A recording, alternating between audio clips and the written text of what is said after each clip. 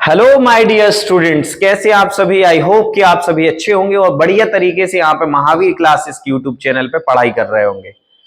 तो जिन्होंने अभी तक चैनल को पहले तो सब्सक्राइब नहीं किया है, कर लो। और इसके पहले 2 वीडियो आ चुकी हैं, मोशन और force and law of motion की। 9th में जिन बच्चों ने वो वीडियो नहीं देखी हैं, अभी चैनल पे जाओ, पहले वो दोनों वीडियो देखो और फिर आपको इस वीडियो को देखना है। ठीक है, डिस्क्रिप्शन बॉक्स में आपको दोनों वीडियो की लिंक मिल जाएंगे।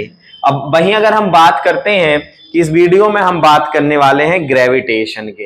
ये पूरा ग्रेविटेशन का जो कह सकते हैं 25 टॉप एमसीक्यूज होंगे, वो आप तक पहुंचेंगे और आपको प्रॉपर तरीके से कंसंट्रेट करना है, क्योंकि चाहे सीबीएसई हो चाहे एमपी बोर्ड हो, दोनों को एमसीक्यूज ऑब्जेक्टिव क्वेश्चंस पूछे जाते हैं।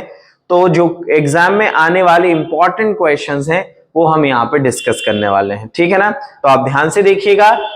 अब हम यहाँ पे चलते हैं फर्स्ट क्वेश्चन की तरफ, जो कि आपके सामने ये रहा। Object falls towards the earth due to. जैसे हमने ये पेन को गिराया तो ये कहां की तरफ जाने लगा? नीचे की तरफ। कोई भी ऑब्जेक्ट आप गिराओगे तो नीचे की तरफ। जैसे मैं एक कहानी सुनाता हूं, आप सभी ने सुनी होगी कि न्यूटन भाई साहब एक दिन पेड़ के नीचे बैठे थे। अब जब पेड़ के नीचे बैठे तो एरोन ने देखा कि एक एप्पल जो है, एप्पल के पेड़ के नीचे बैठे थे तो एप्पल गिरा। तो उन्होंने देखा यार ये एप्पल क्यों नीचे ही क्यों गिरा। तो फिर ने इस पे काफी रिसर्च करी, और जब रिसर्च करी तो जो भी ऑब्जेक्ट ऊपर से नीचे छोड़ रहे थे नीचे की तरफ, यहाँ पे वो जा रहा था अर्थ की तरफ। तो उन्होंने इसको कहती है ग्रेविटेशन। तो इस तरीके से ग्रेविटेशन की यहाँ पे खोज हुई थी। और ये किसकी वजह से जाते हैं? ग्रेविटी की वजह से यहाँ पे नीचे की तरफ जाते हैं। आपको समझ में आ गया होगा। अब हम चलते हैं नेक्स्ट क्वेश्चन की तरफ। नेक्स्ट क्वेश्चन यहाँ पे ये रहा। यहाँ पे the universal law of gravitation is important because it explains the motion of object, free fall, it determines the weight of an object, or it explains the motion of the planet around the sun, or all of the above। तो देखो, सबसे पहले तो अगर हम free fall की बात करें तो फ्री फॉल को इन्हें समझाया था बहुत बढ़िया तरीके से। It determine the weight of object, बिल्कुल सही, क्योंकि वेट होता है मास इनटू ग्रेविटेशन। जो वेट, जैसे मेरा वेट है, मान लो मेरा वेट 50 किलोग्राम है, तो 50 किलोग्राम क्या है? फोर्स जो कि अर्थ के सेंटर की तरफ लग रहा है, समझ रहा है ना? तो उसको भी डिटरमाइन किया था। और it explain the motion planet around the sun. Sun के अराउंड जो प्लेनेट रिवॉल्व कर रहे हैं, ये भाई साहब सन है, और सन के चारों तरफ जो प्लेनेट घूम रहे हैं ना, ये भी किसकी वजह? ग्रेविटेशन। ग्रेविटेशन मेन रीजन है कि वो सन के अराउंड जो है रिवॉल्व कर रहे हैं। तो यहां पे ऑल ऑफ द अबव हमारा राइट आंसर होगा। ठीक है ना। अगला क्वेश्चन आपके सामने ये रहा। यहां पे कहा है the value of acceleration due to gravity g can be calculated using the formula. तो ध्यान रखना बेटा, F इज इक्वल टू होता है मास इंटू ग्रेविटेशन mg। तो यहां से G इज इक्वल टू क्या हो जाएगा? F अपॉन m हो जाएगा। तो यहां से आप देख रहे हैं G is equal to F upon m, first option is the right answer. और G is equal to G mm upon r square, ये भी हमें यहाँ पे होता है। ये G और G में रिलेशन होता है, basically G is equal to Gm upon r square होता है। This is not the right. ठीक है, तो करेक्ट आंसर क्या होगा? G is equal to F upon m होगा। ठीक है, इससे हम ग्रेविटेशन और एक्सेलरेशन को फाइंड कर सकते हैं। मास क्या है? मास क्या है? It is a weight of an object? नहीं। The amount of matter in the object कह सकते हैं। The force exerted on an object due to the gravity, और the same of as weight. तो वेट की same तो नहीं है, मास अलग होता है, वेट अलग होता है, और वेट ऑफ एन ऑब्जेक्ट भी नहीं है। तो the amount of matter in an object, कितना मैटर उसके अंदर कंटेन है, the amount of matter is called the mass. याद रखना, एग्जाम में एक क्वेश्चन आता है मास और वेट में डिफरेंस। मास और वेट में डिफरेंस क्या होता है? मास, मास कितना मैटर उसमें कंटेन है, इट्स मास। वेट क्या होता है? What is the force experience by the object towards the centre is called the weight. Mass हमेशा सेम होगा ऑब्जेक्ट का, किसी भी बॉडी का, किसी भी ऑब्जेक्ट का मास हमेशा कैसा होगा? सेम। जबकि वेट क्या हो सकता है? अलग अलग हो सकता है, डिफरेंट हो सकता है। तो ये ध्यान रखना है आपको। ठीक है ना। अब हम चलते हैं नेक्स्ट क्वेश्चन की तरफ, और अगला क्वेश्चन आपके सामने ये रहा। The gravitational force between the two objects is directly proportional to their masses and inversely proportional to the square of the distance between their centers, and this statement is known as Newton's gravitation, a universal law of gravitation. इन भाई साहब ने पता क्या कहा था कि दुनिया में जितने भी ऑब्जेक्ट हैं या जो भी मास हैं एक दूसरे को एक फोर्स से अट्रैक्ट कर रहे हैं, और एक दूसरे को एक फोर्स से अट्रैक्ट कर रहे हैं, उस फोर्स को ग्रेविटेशन फोर्स कहा गया। और जो फोर्स था वो डायरेक्टली प्रोपोर्शनल था उन दोनों मासेस के प्रोडक्ट के, और इनवर्सली प्रोपोर्शनल था स्क्वायर ऑफ द डिस्टेंस के। तो आपको ये प्रॉपर पूरी वीडियो लिंक में कमेंट बॉक्स में मिल जाएगी, आप पूरी जाके वीडियो देखिए इस चैप्टर की, ठीक है ना, समझ रहे हो? चलिए बहुत बढ़िया। अब हम चलते हैं नेक्स्ट क्वेश्चन की तरफ। नेक्स्ट क्वेश्चन कहता है वेट क्या है? वेट इज तो the amount of matter in an object. No, ये मास होता है। The force exerted on an object due to gravity कह सकते हैं। द सेम एज मास, बिल्कुल नहीं। The force exerted on object due to the buoyancy, no it's not. तो the correct answer is B. क्या होता है? The force exert. ध्यान रखना, वेट की यूनिट क्या होती है? कमेंट में करिए। वेट की यूनिट होती है न्यूटन। न्यूटन होती है वेट की यूनिट, ये ध्यान रखना है बेटा आप सभी को, है ना। चलिए अगले क्वेश्चन की तरफ चलते हैं, और अगला क्वेश्चन आपकी स्क्रीन पर ये रहा। The weight of an object on the moon is approximately. अगर हमने कहा हमारा वेट यहां पे 60 किलोग्राम है, कितना किलोग्राम है? 60 किलोग्राम है। और जब हम मून पे जाएंगे और अपना वेट मेजर करेंगे तो वहां पे पता चली 10 किलोग्राम होगा। बोलो सर ऐसा हो सकता है? कैसे हो सकता है? क्योंकि जो वेट होता है 1/6 होता है, 1/4 होता है। तो यहाँ पे ध्यान रखना 1/4 नहीं होता है। The weight on the earth 9, the same as the weight of earth 0। तो यहाँ पे ध्यान रखना वेट होता है 1/6, क्योंकि ग्रेविटेशन होता है ना 1/6। तो वेट भी तो कितना होगा? क्योंकि W is equal to mass into gravitation. अगर ग्रेविटेशन यहाँ है वहां पे 1/6 हो जाएगा, तो वेट भी 1/6 होगा। यहां से ऑप्शन आपके गलत है, 1/6 यहाँ पे वेट आंसर आएगा। यहाँ पे देखिए pressure of fluid depends on. सबसे पहले तो फ्लूइड की बात कर लेते हैं। फ्लूइड क्या है? जिसमें फ्लो होने की प्रॉपर्टी, उसको हम फ्लूइड बोल देते हैं। लाइक वाटर या सभी टाइप के लिक्विड, है ना, गैस, ये सब फ्लूइड्स होते हैं। तो इसकी वजह से एक प्रेशर होता है। तो प्रेशर क्या है? The depth of the fluid, density of the fluid, the gravitational force on the fluid, all of the above. तो यहां पे सब पे डिपेंड करेगा, क्योंकि प्रेशर होता है DGH। प्रेशर का फॉर्मूला होता है DGH, अगर नहीं पता तो लिख लो। तो ये डेंसिटी पे भी डिपेंड करता है, ग्रेविटेशन पे भी डिपेंड करता है, कितनी हाइट पे, मतलब उसकी डेप्थ कितनी है उस पे भी डिपेंड करता है। तो प्रेशर सभी चीजों पे डिपेंड करेगा। भाई डेंसिटी ज्यादा, प्रेशर ज्यादा हो जाएगा।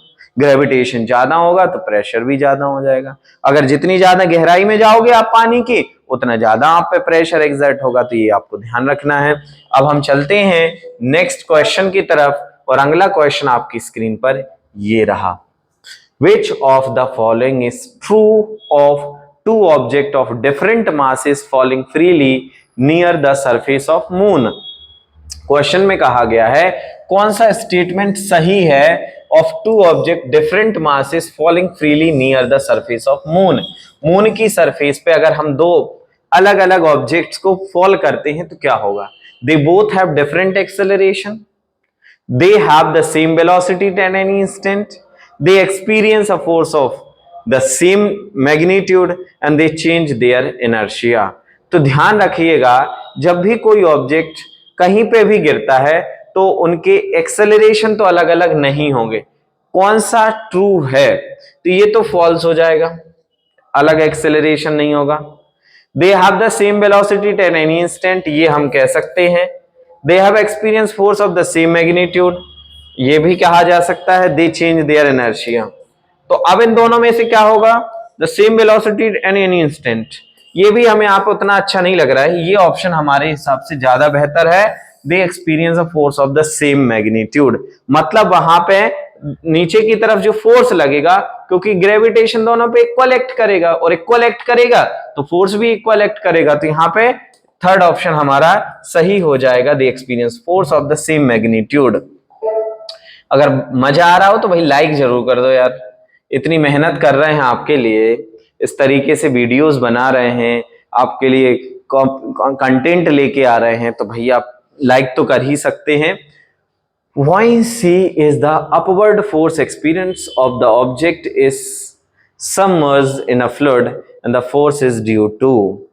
देखो, जैसे हम पानी में, आप लोगों ने शायद ये सभी ने घर पे एक्सपीरियंस किया होगा कहीं ना कहीं तरीके से, अगर एक कंटेनर में वाटर फिल्ड है और वाटर फिल्ड है, अगर हम कोई ऑब्जेक्ट इसमें लेके आते हैं तो नीचे की तरफ जो फोर्स लगता है तो ऊपर की तरफ भी एक अपोजिट फोर्स लगता है, जिसको हम बॉयंसी फोर्स कहते हैं।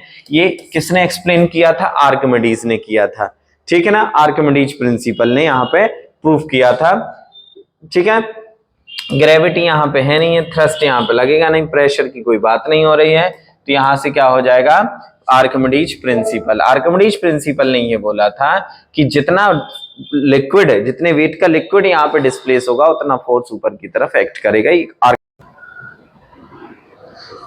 अब नेक्स्ट क्वेश्चन है, which of the following statement is true? The value of acceleration due to gravity. कौन सा स्टेटमेंट यहाँ पे सही है? तो ध्यान रखिएगा, the value of almost negligible at the equator, this will be the right answer. हम चलते हैं नेक्स्ट क्वेश्चन की तरफ, और अगला क्वेश्चन कहता है, the earth atmosphere is held by. Earth atmosphere किसकी वजह से हेल्ड है? तो ड्यू टू ग्रेविटी। क्या करता है? ग्रेविटी जो होता है वो एक एस्केप वेलोसिटी के कॉन्सेप्ट के थ्रू, मतलब यहाँ पे जो वेलोसिटी ऑफ एटमॉस्फेयर, मतलब गैसेस की जो वेलोसिटी होती है एस्केप वेलोसिटी से कम होती है, जिसकी वजह से एटमॉस्फेयर की जो गैसेस होती हैं वो बाहर नहीं जा पाती हैं, अपनी ग्रेविटेशन को पार नहीं कर पाती हैं। और यही रीजन है कि अर्थ में जो एटमॉस्फेयर है वो किसकी वजह से है? Due to the gravity. तो ग्रेविटी हमारा राइट आंसर होगा। अगला क्वेश्चन आपको कमेंट करना है। अगला क्वेश्चन है, which of the following factor does the acceleration due to gravity depends upon. तो देखो, आप सभी को पता है force is directly proportional to the product of mass. ये अर्थ का मास हो गया, मान लो ये बॉडी का, तो ये दोनों पे ही डिपेंड करेगा, मास ऑफ द बॉडी और मास ऑफ द अर्थ। क्योंकि अगर दोनों के मासेस को हम बढ़ा देते हैं, अगर मास की वैल्यू बढ़ जाती है, तो ध्यान रखिएगा बेटा, यहां पे हम कह सकते हैं कि डेफिनेटली यहां पे आपका क्या होगा? ग्रेविटेशन बढ़ जाएगा, ये ध्यान रखना है।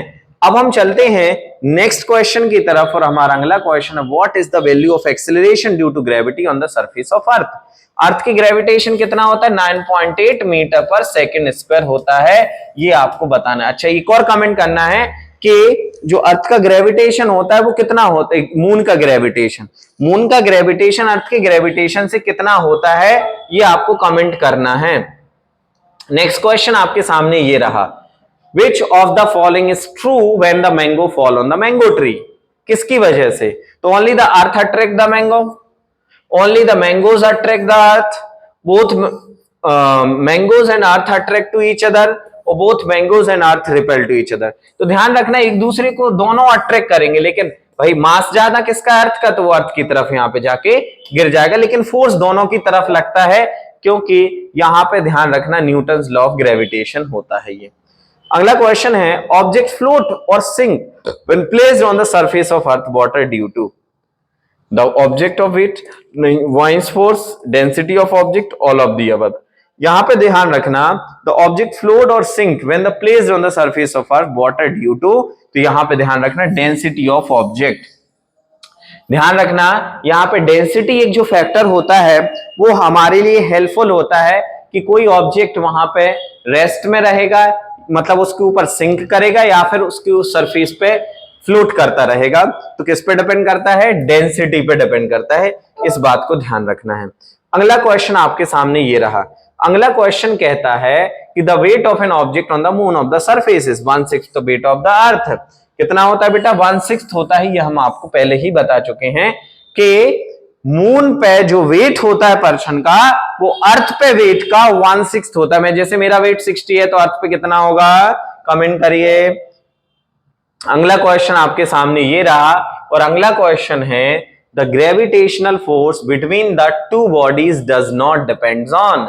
जो ग्रेविटेशनल फोर्स होता है वो किस पे डिपेंड नहीं करता है? मास पे तो डिपेंड करता है, सेपरेशन डिस्टेंस पे भी डिपेंड करता है, तो प्रोडक्ट ऑफ देयर मासेस पे भी डिपेंड करता है, the medium between the two bodies, इससे फर्क नहीं पड़ेगा इसको। क्या मीडियम है दोनों बॉडीज के बीच में? ये इस पे डिपेंड नहीं करेगा। तो यहां पे क्वेश्चन में यही पूछा था, किस पे डिपेंड नहीं करता, तो उन दोनों के मीडियम पे। एक ऑब्जेक्ट एक है, ये एक ऑब्जेक्ट एक है, इनके बीच में जो फोर्स लगेगा उससे फर्क नहीं होगा कि बीच में क्या है, वो डिपेंड करेगा कि उनका मास क्या है, उनका प्रोडक्ट ऑफ मास क्या है, उनके बीच की डिस्टेंस क्या है, लेकिन वहां पे उनके मीडियम पे डिपेंड नहीं करेगा। ठीक है ना। अब हम चलते हैं नेक्स्ट क्वेश्चन की तरफ, और ये आपको कमेंट करना है, the law of gravitation describe the gravitational force between the. Option है any two bodies having mass, earth and the point of mass only, earth and sun only, and the two charge body।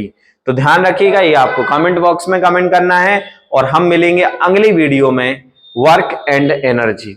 अगर आपको ये series में मजा आ रहा है तो एक बार कमेंट कर दो कमेंट बॉक्स में कि सर आप मैथ्स की भी इस टाइप की अभ्यास सीरीज लेके आइए, तो मैं डेफिनेटली आपको मैथ्स की अभ्यास सीरीज जरूर लेके आऊंगा। थैंक यू, मिलते हैं नेक्स्ट वीडियो में।